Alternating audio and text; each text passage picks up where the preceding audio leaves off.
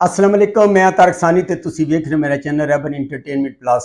अज एक और छापा मारिया है पाकिस्तानी फिल्म दी। इंडिया ने जिहड़ी कापी बनाई है उहदे बारे तुहानूं मुकम्मल मालूमात देंगे कि किहड़ी पाकिस्तानी फिल्म नूं इंडिया ने कापी कीता है।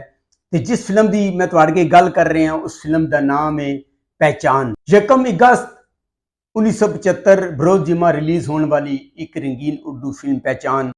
इस फिल्म के अदाकार शबनम, नदीम, सबिया खानम ते इस फिल्म का हदायतकार परवेज मलिक। इस फिल्म ने सुपर डुपर हिट कामयाबी की सी। इस फिल्म की कहानी बड़ी शानदार सी। इस फिल्म के गाने बड़े शानदार दसन। ए दिल अपना दर्द छुपा कर बड़ा ही सुपर डुपर हिट होया सी। अल्लाह ही अल्लाह किया करो, दुख ना किसी को दिया करो, यह गाना भी सुपर हिट होया सी। और इस फिल्म ने पूरे मुल्क को सुपर डुपर हिट कामयाबी हासिल की थी।